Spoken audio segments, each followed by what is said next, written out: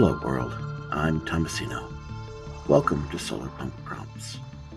In this podcast, we discuss solarpunk, a literary, artistic, and activist movement that imagines a world where technology is used for the good of the planet.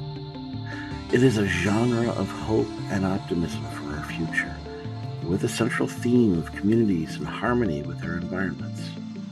In its literary and artistic expressions, we are trying to conjure that future vision into the public consciousness. Our stories and our art show us what could be, and through activism, we seek to make it a reality.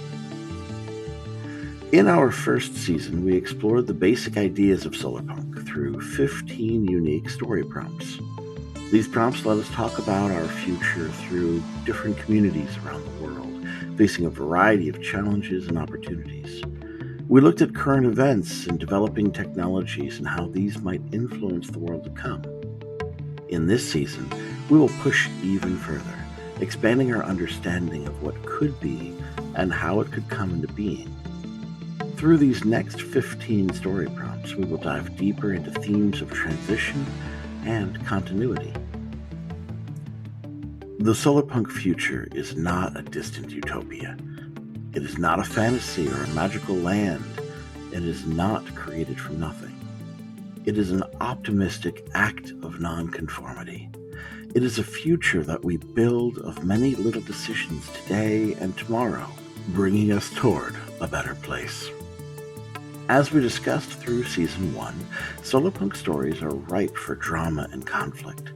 They can be dynamic stories of change, action-packed journeys or rescues, subtle character plays, and 1,000 other interesting narratives. They can be epic in scope, spanning the whole world, or they can be a single home in a neighborhood. It's a genre of new opportunities. A common question people have about solarpunk is, what makes it punk? If your current image of the genre is windmills and little green hamlets, that's totally understandable. So what's in the name? Solarpunk, coined by the pseudo-anonymous Republic of the Bees in 2008, borrowed its name from steampunk.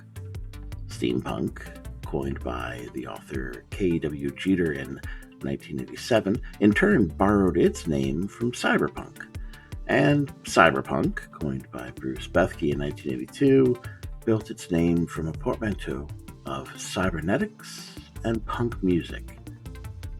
Although punk can mean many things, that genre has some recognizable characteristics. Nonconformity, anti-authoritarianism, anti-corporatism, a do-it-yourself ethic, direct action, and not selling out. The punk part of the term, which made its way into cyberpunk and onward into solarpunk, has to do with the rebellious spirit and a do-it-yourself attitude that goes hand in hand with innovation. Steampunk sought to ground that sense of innovation in a retro-futurism that imitated the speculative fiction of the Victorian-era authors. Comic book author and art director Rob Sheridan once said, "Classic cyberpunk is anti-capitalist, anti-establishment, and not tech fetishistic, but rather skeptical of how technology is used by systems of power to further oppression." Likewise, solarpunk shares many of these anti-capitalistic sentiments, but rather than representing the anxiety of the technology of oppression, it focuses on the hopefulness of technology, enabling a future of ecological harmony and social equality. That same do-it-yourself attitude still drives the changes and innovation, and that's pretty punk. The scope of moving from today to that eventual good and hopeful place of the future is entirely within the bounds of solarpunk. One might subdivide the genre with these notions of time, pre-solarpunk, solarpunk, and post-solarpunk, for instance, which might map to ideas like pre-revolution or the now, revolution or the struggle, and post-revolution or that evtopia or good place. Any or all of these phrases of that transition are valid for story exploration. Though it's unlikely that every place in the world will encounter the same milestones at the same time, the process may not be entirely linear either. Your stories of moving toward a hopeful future may transition through several little hops over the course of generations, or experience innumerable setbacks. The important thing to remember is that there is a continuous line between now and then. Whichever future we find will be filled with the cultural heritage and baggage of today, be that in art and music or the debts left from our previous ways of living. Tethering our solarpunk vision to this type of continuity is essential. This is more than a literary exercise, after all. This is a future we want to see become reality, and in a way, our fiction becomes a blueprint for our activism. This is a podcast for inspiration. We hope to inspire a host of new stories and build the genre in the minds of the public. But we hope to inspire you even if you're not a writer.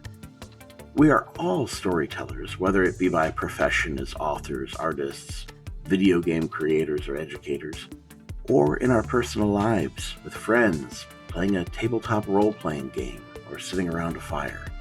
Stories make us human. By joining me here, you're already participating in the story of Solarpunk. We are often asked, what can I do today? And for those who feel called to join in the activism of the genre, there are some normal suggestions. Find or found community organizations with goals of ecological and social harmony. That might be an NGO, or it might be a neighborhood cleanup and garden share. For me, personally, my action was to create a podcast and inspire others to tell solarpunk stories. So if you want to do something tangible to make the world a better place right now, consider National Novel Writing Month, an annual challenge to write 50,000 words of a novel in 30 days. Maybe you could give one of these prompts a try and write a story or two. Or just share the ideas with your friends over coffee. Help us paint that picture in the minds of the world. And when you do, remember our 3 little guidelines. In Solarpunk, the community is the protagonist. There's no superheroes here. Our infrastructure is sexy because there's no easy solutions. Everything is grounded in the human environmental context, but this isn't man versus nature. Help us all imagine a world where technology is used for the good of the planet, where our little decisions lead us step by step into that good place. Until next time, I'm Thomasino. I hope you'll join me for this season of Solarpunk Prompts. Music in this episode is The Roche Limit by State Ashore.